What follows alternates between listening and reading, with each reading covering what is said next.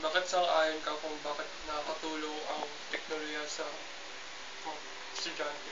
Dahil ito ay nakakatulong sa kanilang pag-aaral at sa mga bansa natin at nag-uunlad dito. Bakit hindi kayo sang-ayon kung bakit hindi nakakatulong ang teknolohiya sa estudyante? Dahil sa teknolohiya, natututo ang mga estudyante na hindi pumasok sa paaralan. At manood ng mga masiselang palabas tulad ng Tulad ng mga porn, sa porn site. sabi ko na. Nasa tao pa rin yun kung manonood sila at nasa tamang edad din sila para manood nito. Pero ang teknolohiya, kung wala ang teknolohiya, hindi uulan ang ating bansa. Wala tayong magagamit na mga advance. Hindi rin yun dahil doon. Dahil nga sa teknolohiya, maraming estudyante ang napapariwara. Kung walang teknolohiya, bakit ka gumagamit ng cellphone? Hindi lang sa cellphone, dahil ang cellphone ginagamit pang komunikasyon. Natututo kayo mag-cutting dahil sa teknolohiya, dahil sa paglalaro ng Dota. Walang kinalaman ng teknolohiya kung nasa tao pa rin ang gawa. Ikaw. Paano mo naman nasabi na walang kinalaman? Bakit ang daming estudyanteng nalululong sa Dota? Ang Dota kasi ay ginawa para lang sa libangan.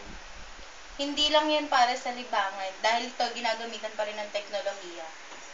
Pati mga baon ng mga mag-aaral ay nagagasta sa internet shop imbis na ipinagkakain ito.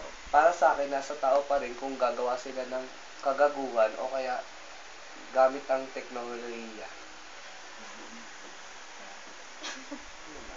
Gamit ng teknolohiya, di ba ang Dota nga ginagamitan ng teknolohiya at iba pang online games? Ang teknolohiya nag-a-advance lang pero nasa tao pa rin kung lalaruin nila o nasa utak pa rin ng tao kung gusto nilang laruin ng araw-araw ito. Hindi ako sumasang-ayon sa kabutihan ng teknolohiya para sa mga mag-aaral. Dahil dito, maraming mga magulang ang kawawa. Hindi lang ang teknolohiya nag-aano sa mga estudyante. Kung walang teknolohiya, hindi aasenso ang ating bansa. Dahil sa teknolohiya, natututo ang mga estudyante na mag-copy-paste lamang ng kanilang mga proyekto at hindi magbasa ng mga libro upang mahanap ang tamang sagot sa kanilang mga assignment. Tama. Kasi kung walang teknolohiya, ano ba tawag doon? Kung walang teknolohiya, mas mapapadali natin ang mga gawain. Katulad ng paggawa ng assignment, hindi na kailangan natin maghalungkat ng mga libro. Sa isang search lang, mahahanap na natin na ito. Dahil ginawa ito ng teknolohiya. Dahil sa teknolohiya, bumababa ang kapasidad ng mga estudyante.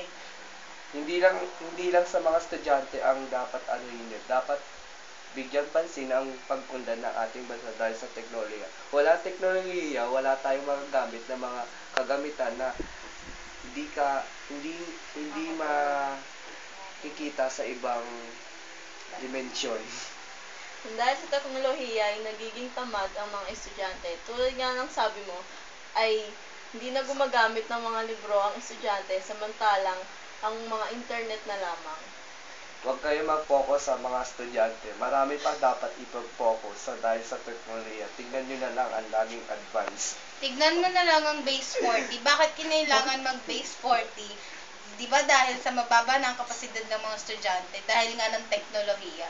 Dahil nag-base 40 ang perpetual, gusto nila mo angatang ang kanilang kapasidad ng mga mag-aaral. Hindi nga yun dahil doon. Dahil nga yun sa teknolohiya. Dahil sa teknolohiya, maraming estudyante ang nagiging bobo.